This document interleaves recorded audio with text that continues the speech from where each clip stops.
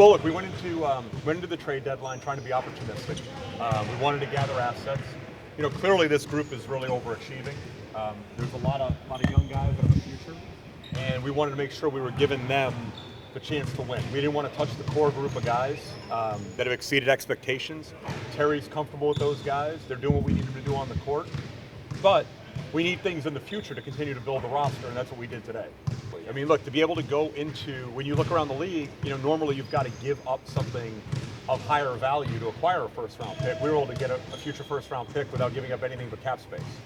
So needless to say, you're really happy with the way everything worked out today. Yeah, I am, and I'm happy for this group. I talked to the team before practice, and I'm happy for them because what they've been able to do on the floor put us in a position where we weren't looking to break up this roster and make moves to change anybody in that core 10 group of guys that Terry's gotten comfortable playing. So it's a testament to the work that they've done and the success that they've had, especially this last 15 games and what we've been able to do as a team since Christmas, that we shaded ourselves more towards future assets as opposed to bringing guys in right now that, might, quite honestly, maybe could disrupt the chemistry we have going.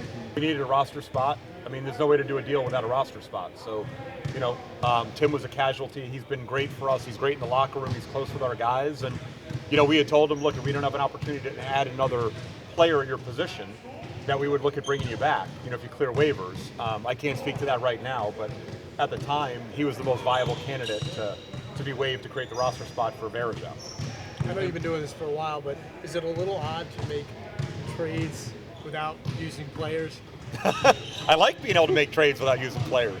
It's easier conversations. But no, I mean, look, we basically had to make a trade using Tim, and that was tough talking to him this morning. I mean, he's been a big part of what we got going on here, and I think you guys realize now, talking to me, talking to Terry, how important culture is and character, and whether you didn't see a lot of production maybe from Tim on the court because of the amount of minutes Dame and CJ play, he added a lot to our culture and in the locker room and on the planes and working out with our guys. So it wasn't an easy conversation with Tim, but part of being a pro is learning early in your career that these things happen and we have to do what's best for the long-term health of the organization.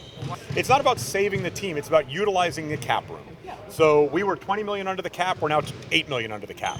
So if you're talking about the minimum threshold, we went in today about 13.8 under the minimum. Right now we're about 800 under the minimum.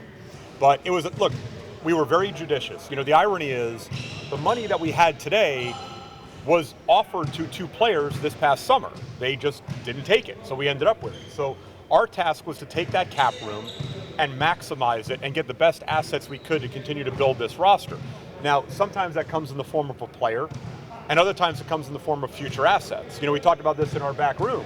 Some of the smaller deals we did our first year here, gathering seconds to take Sasha Pavlovich and picking up what people looked at as breadcrumbs, those eventually became Robin Lopez.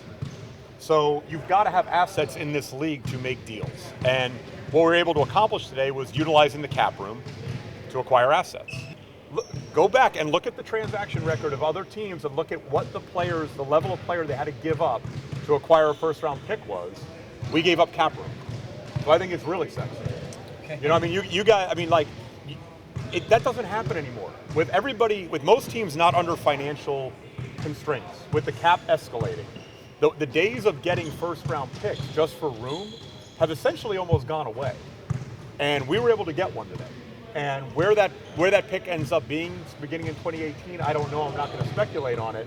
But hopefully I'm standing here in front of all you guys talking about who we just drafted with that first-round pick. Or traded. And I will tell you, and I talked to the team about this, that we had a lot of trade call. We had a lot of trade volume. I'm not going to go into the conjecture, but these guys have a lot of value, and it's not just who they are as individuals, but what they've been able to accomplish as a group. And that means something to us, and we weren't going to mess around with that. It was important.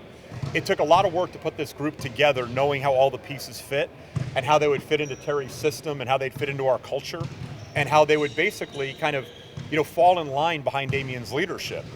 And we're not going to tinker with that. If there had been a major upgrade, then you do what you need to do. But there was certainly not going to be change for the sake of change. But I will tell you that a lot of the guys in this roster are highly valued around the league. They're just more valuable to us. Well, we're 27-27. We've exceeded everyone's expectations, and we're the 7th seed in the playoffs right now. So I think that's pretty self-explanatory. We also believe in the roster. These weren't guys we just signed because we had nothing to do in July.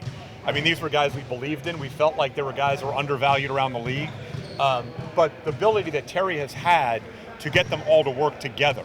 And I think what happened was a lot of people spent this summer looking at these players in a vacuum and not looking at how the pieces could meld and work together, and under Terry's guidance and leadership, how he could utilize and maximize their ability. I mean, this isn't the first time Terry and his staff have done this. I mean, look at the players that have been here that maybe we chose not to re-sign or we moved in other deals.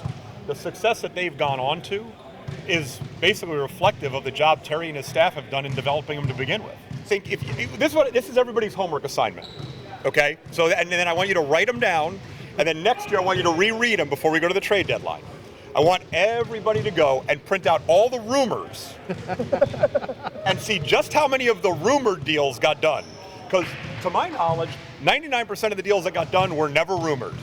Matter of fact, we were all caught off guard the first two big deals that were done by Detroit and Orlando were deals that were nowhere in the media. Nobody was talking about them. Nobody was even kibitzing about them around the league between other GMs. So I guarantee the ratio of deals that got done that were never discussed versus deals that didn't get done that were discussed, but it gives people things to read about and write about. And I think as one writer wrote, everybody's under the obligation to put out content regarding the rumor mill. So as you notice, we weren't rumored to do any of the things we ended up doing.